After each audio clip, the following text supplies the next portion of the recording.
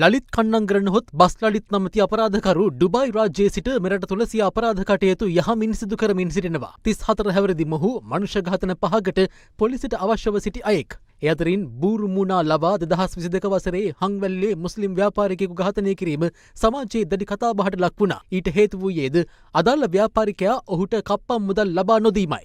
එමෙන්ම පසුගිය සැප්තැම්බර් මාස 30 වැනිදා හංවැල්ල නෙළුවත්තුඩුව ප්‍රදේශයේ පදිංචි ව්‍යාපාරිකයෙකු ඝාතනය කිරීමද දැඩි ලෙස කතාබහට ලක් වුණා. ඒ ලලිත් කන්නංගරට බස් රැකියාවක් පළමුව ලබා දුන් එම පුද්ගලයාගෙන්ද කප්පම් ඉල්ලා ඒවා ලබා නොදීම නිසා ඝාතනය කිරීම හේතුවෙන් මේ ඔහු විසින් ව්‍යාපාරිකයන්ගෙන් කප්පම් ඉල්ලා තර්ජනය කරන හඬපටයි. රෙකෝඩින් එක දාගන්න.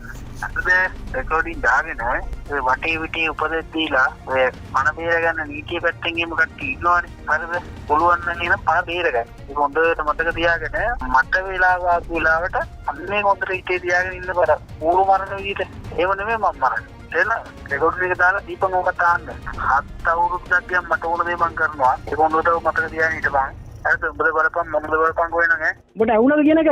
උඹට පුළුවන් බිස්නස් එකක් කරපන්කෝ පුළුවන් විදියට එළියටවත් බයින්න දෙන්නේ නැහැ. එක පැය 12 පේන්නේ හිටියොත් ඔය හිටියත් ගානව දැනගනින් හරිද?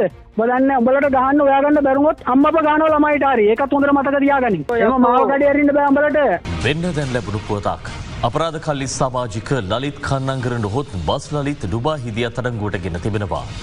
බස් ලලිත් නැමැත්තා වෙඩි තැබීම් කප්පම් ගැනීම ඇතුළු අපරාධ චෝදනා රැසක් එල්ල වී සිටි අයෙක්.